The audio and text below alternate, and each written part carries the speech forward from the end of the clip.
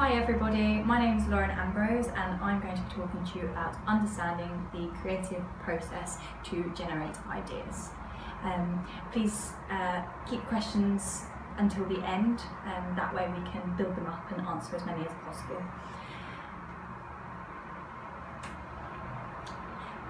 So Abraham Lincoln once said, if I had 6 hours to cut down a tree, I'd spend the first 4 sharpening the saw. I'll get to why this is important in a second. Another one from Benjamin Franklin: by failing to prepare, you are preparing to fail. You'll understand why I've used these in a minute. So, in order to have an effective brainstorm, you must plan the session in advance. Brainstorm saying to your team, meeting room 1 in 5 minutes is not good preparation, and you don't give the attendees the right prep. Create a strong brief. The brief must be clear but only have the essential bits. Try not to bring any baggage relating to any other problem into the room, otherwise your brainstormers won't be in the right mind frame. Selecting participants. Think about what you are brainstorming, who has very divergent ideas or experience in the problem you need to solve. Remember, if you're selecting a big group, you should think about breaking people into small groups during the brainstorm to manage everyone talking at once. Time. What is the best time for your participants? When are they most productive? Probably not a Friday afternoon. Monday mornings. People have had the weekend to relax and refresh, and now they're back at work ready for the week ahead. Catch them before the week does. Place. Is the boardroom the best place? If your boardroom is anything like Oracle's, then no. Our boardroom is too small and stuffy and does not benefit from enough natural light. Everyone will be falling asleep by the end, and no one will have great ideas because their brain will be too fuzzy. For Oracle, the best place to brainstorm is in a circle in the middle of the main office. It is a lot brighter, you're not sat on top of each other, so you have space to think and not fall asleep. Think about what you can do before the session, to get everyone thinking about the challenge. For example, if you have planned a meeting for Monday at 10 AM, giving everyone time to get into action for the morning, provide your attendees with a brief on the Friday before. This way your brainstormers will subconsciously think about the task at hand over the weekend without even realising. You can also give them free post-it notes, more if you want, and say you would like an idea per sticky note. This way, when the meeting starts, if you have, say, 10 attendees, you already have 30 ideas. Decide on how notes will be taken. Mind maps are the favoured type of recording initiative ideas. You start with your question in the middle, then add ideas coming off the question, and then you can build on these ideas throughout the brainstorm. Techniques. Ideally, every meeting would be exciting and stimulating, but all too often they feel tedious and uninspiring. There is one type of meeting where creativity and enthusiasm are particularly essential: brainstorm meetings. The idea behind brainstorm meetings is that participants will stimulate and build off one another, creating a product of their collective intelligence that is better than what each of them could have come up with on their own. Even if no one member of the team has a brilliant idea, much better ones can result from sharing and combining insights from people with complementary insights and experience. You should always have a solid warm-up at the beginning of your brainstorm to get all of the good ideas coming out. You should brainstorm something else for at least 5 minutes. Next technique, Alex Osborne theory. In 1953, Fake Me Osborne published a book called Applied Imagination. It was out of his frustration to his employees' inability to develop creative ideas individually for ad campaigns that he wrote this book and came up with a definition of brainstorming. He said, brainstorming is a group creativity technique by which efforts are ideas spontaneously contributed by its members. Osborne claimed that two principles contributed to ideative efficiency, these being deferring judgment and reach for quantity.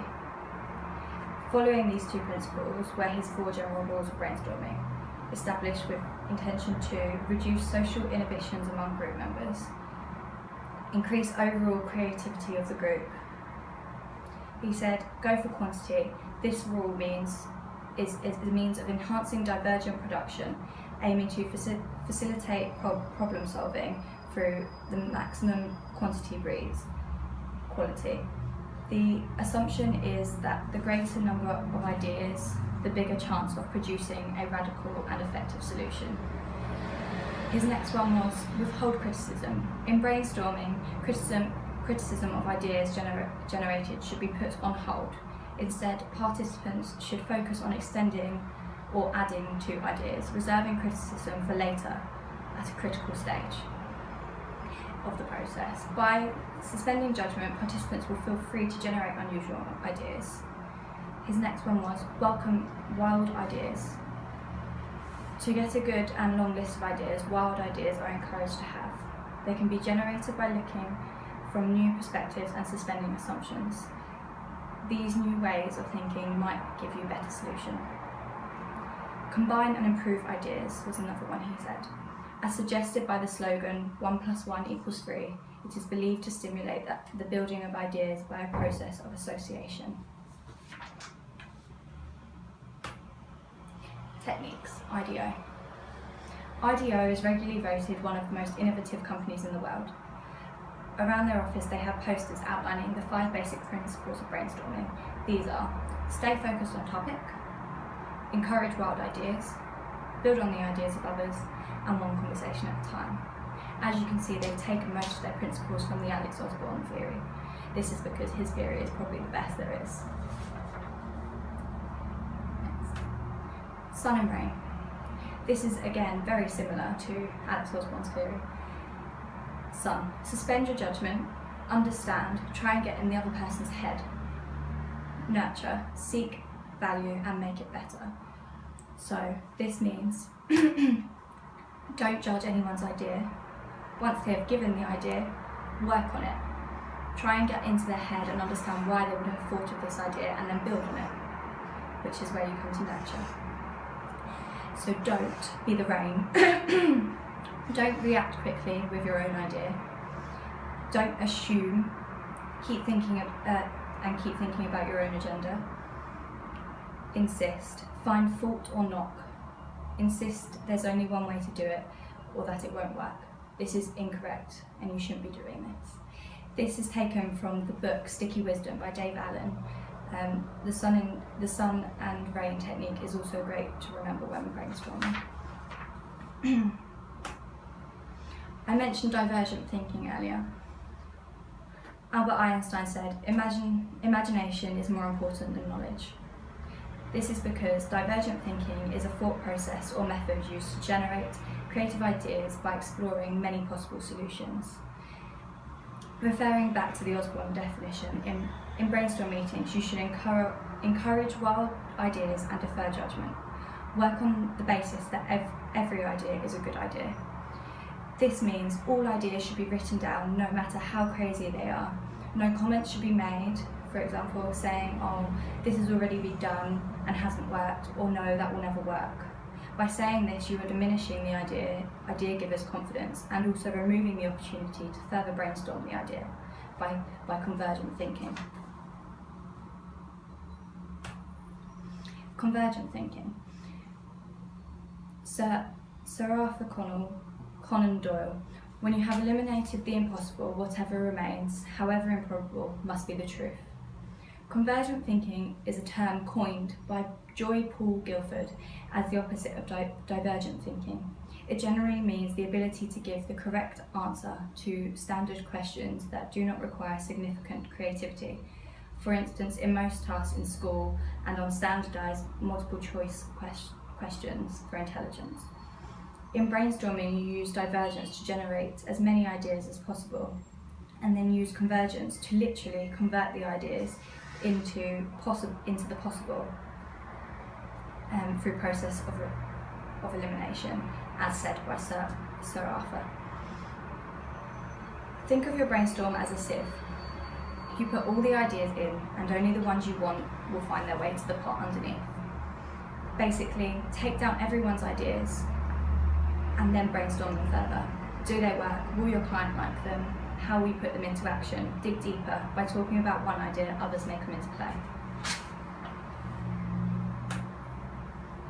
Evaluation.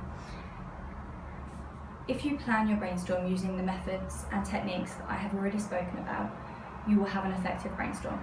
You will leave the meeting feeling confident in the ideas you and your team have created. The main factors to remember are: no idea is a bad idea. Aim for divergence initially and finish with convergence. By remembering these things, you will not be disappointed. You will also give your team the confidence to be more creative, and with each effective brainstorm, you will generate better ideas. Post-brainstorm, you must evaluate these ideas. In some instances, the idea review process is a simple matter of a manager reading through the batch of ideas and selecting those he or she believes will work best for the agency. This is most often the case in smaller agencies run by a single owner and manager, like Oracle. In most medium to large businesses, however, a structured evaluation process is necessary in order to identify the ideas that are most likely to succeed as innovations for the company, ensure that complex ideas are reviewed by people with the appropriate expertise necessary to understand what would be necessary to implement the idea, and therefore what also could go wrong. Enable a middle manager to defend the idea to senior management, stakeholders and financial officers who may need to grant the budget for approval of the idea.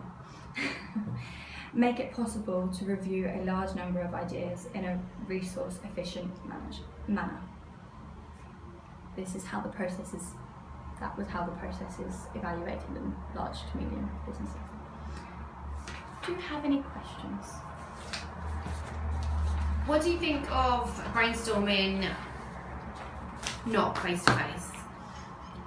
So via social media, it's not my favourite, mainly because I feel you need to be in the right atmosphere with everyone. I mean, you have Skype now, you can do it via that, or you can brainstorm via web chat, so you could probably, I think there's apps where you can create online mind maps on a share together, so you could start brainstorming. But in order to have an effective brainstorm, you need the ideas to bounce off each other. The best way of brainstorming is to sit in a room or not in a room, maybe outside in a park, and just go, I think this idea, and then someone go, and we could add this to it, and then build on that idea and make it bigger. You need the people around you to build creativity. If you're just sitting there typing, it's like having an on your own brainstorm. It's not as effective as just having a proper face-to-face brainstorm. Okay, thank you. Which theory do you think would be most suited to you or to the Oracle team as a whole in order to generate creative ideas? I think the IDEO principles are the best ones. They basically sum up Alex Osborne's theory. They're sweet, short and sweet, and I mean, it must work because they're one of the most innovative companies in the world, so that's my favourite one. Okay, thanks, Lauren. Oh, I also had a thank you, follow me on Twitter.